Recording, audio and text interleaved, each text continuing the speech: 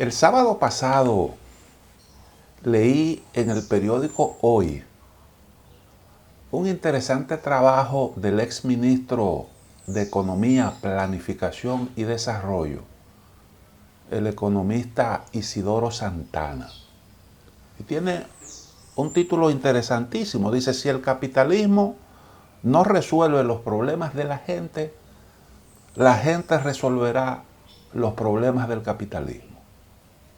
Confieso que estoy gratamente sorprendido porque veo al exministro hablar del problema de las desigualdades en la distribución de los ingresos que exacerban los problemas sociales, que a su vez se manifiestan en lo económico y se expresan también en inestabilidad política. Todos esos problemas que son capaces de desatar una dinámica, crear una bola de nieve susceptible de adquirir tamaños colosales con todas sus implicaciones. Y entonces digo que estoy gratamente sorprendido porque siempre militó el señor Isidoro Santana en posiciones neoliberales. Incluso hay aquí en ese trabajo un párrafo en donde él dice: existe evidencia de que en las últimas 4 décadas el capitalismo se ha hecho tremendamente injusto al interior de cada país, a lo cual contribuyeron grandemente las ideas políticas impulsadas en su época por la tríada Ronald Reagan, Augusto Pinochet y Margaret Thatcher, apoyados activamente por Juan Pablo II, actuando desde polos geográficos diferentes pero unidos por el mismo polo ideológico. Ese era precisamente el problema, la gran discusión que sostuvimos aquí después de la caída del bloque socialista, con el auge del neoliberalismo. Recuerden ustedes aquella expresión de Fukuyama, aquel planteamiento donde él hablaba del final de la historia, proclamando el triunfo del neoliberalismo. Y nosotros siempre decíamos que el problema de todo esto es lo que implica usted dejar sueltas a su libre albedrío la fuerza del mercado, la injusticia que eso es capaz de arrastrar, los problemas que se acumulan en cuanto a asignación de recursos, las desigualdades, que es precisamente lo que estamos viendo ahora. En aquel entonces, el ministro de Economía militaba en aquellas posiciones y ahora expresa su preocupación por las consecuencias de todo aquello, de aquellas políticas que se comenzaron a implementar desde Ronald Reagan, pero que cogieron fuerza una vez se produjo la caída del sistema socialista. Y entonces es interesante el enfoque y tiene mucha razón cuando expresa sus preocupaciones, porque él dice: mientras organismos como el Banco Mundial, FMI y Agencia de las Naciones Unidas viven haciendo proyecciones sobre cuánto y en qué momento será el crecimiento económico, entre intelectuales surge una nueva preocupación: no cuándo, no cuánto, ni cuándo será, sino cómo. ¿Por qué? Bueno, porque dice el exministro que todo parece indicar que un año de confinamiento total o parcial es demasiado tiempo como para no dejar efectos permanentes.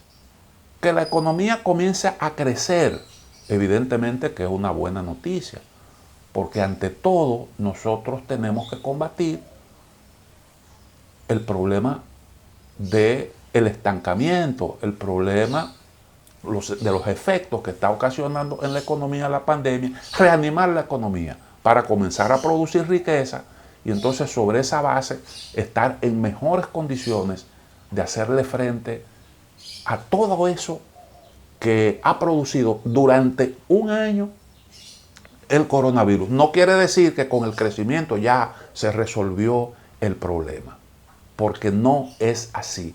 Por eso a veces yo me pregunto, cuando veo publicaciones como esas que nosotros acabamos de comentar sobre los niveles de popularidad de algunos mandatarios, incluyendo el presidente dominicano, que hay quienes ya entienden que es un clavo pasado el proyecto de reelección.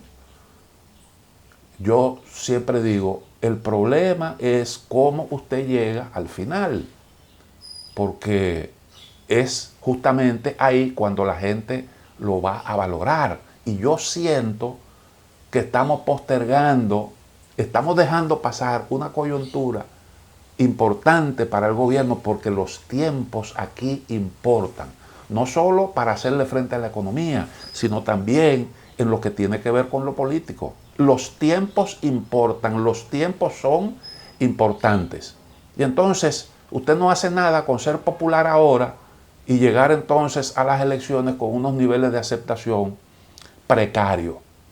Cuando usted posterga la solución o el enfrentamiento, las medidas que hay que adoptar para hacerle frente a los problemas de raíz, usted lo que está acercando a la solución o el inicio de la solución del problema, que siempre tiene unos efectos, porque cuando se trata de problemas de la naturaleza del que estamos manejando actualmente, siempre usted lograr encaminarse tiene unos efectos terribles y genera unas inconformidades grandes.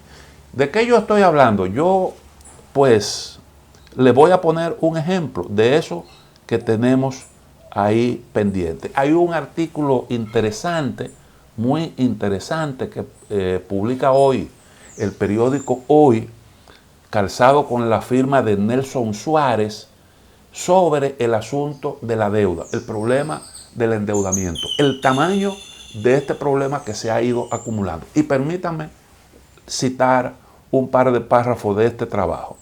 Dice: los desembolsos brutos de recursos provenientes del endeudamiento público por un monto de 14.280.3 millones de dólares percibidos durante el año 2020 permitieron al gobierno solventar obligaciones de gastos extraordinarios generados por la pandemia del COVID-19.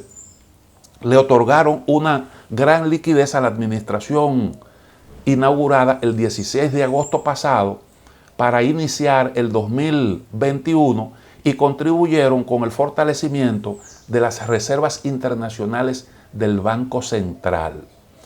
Estas son las principales conclusiones que se derivan de revisar las cifras de la Dirección de Crédito Público y los reportes preliminares de la ejecución presupuestaria a diciembre de 2020 de la Dirección General de Presupuesto.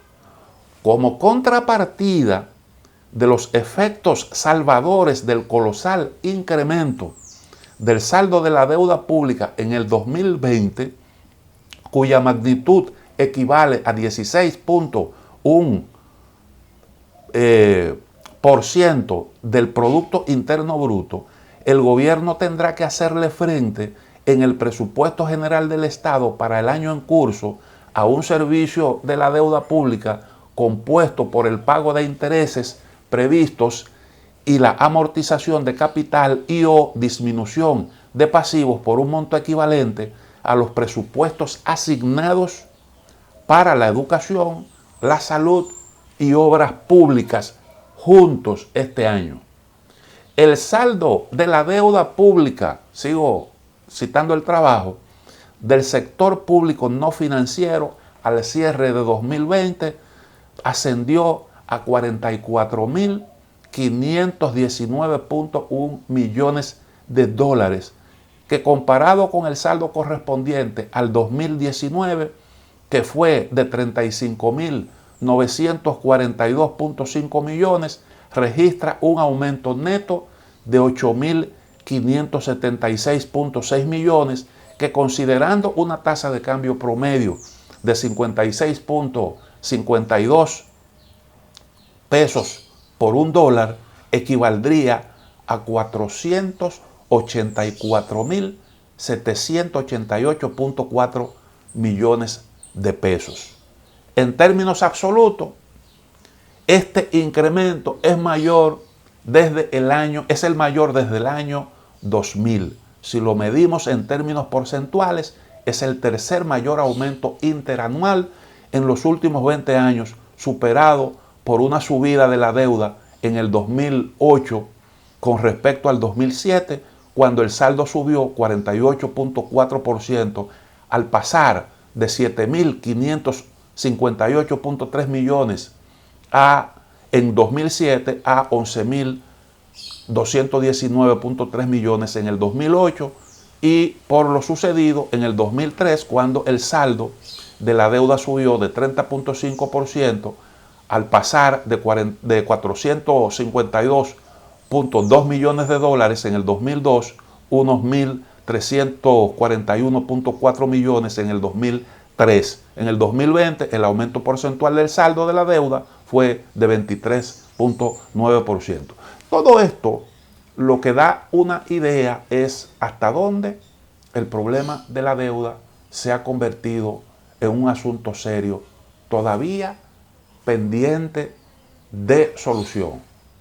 Me refiero a que nosotros tenemos que producir las reformas estructurales necesarias para el manejo de este problema, que indiscutiblemente puede seguirse agravando, porque mientras nosotros no incrementemos los ingresos del gobierno de forma tal que le pueda hacer frente a este asunto, bajando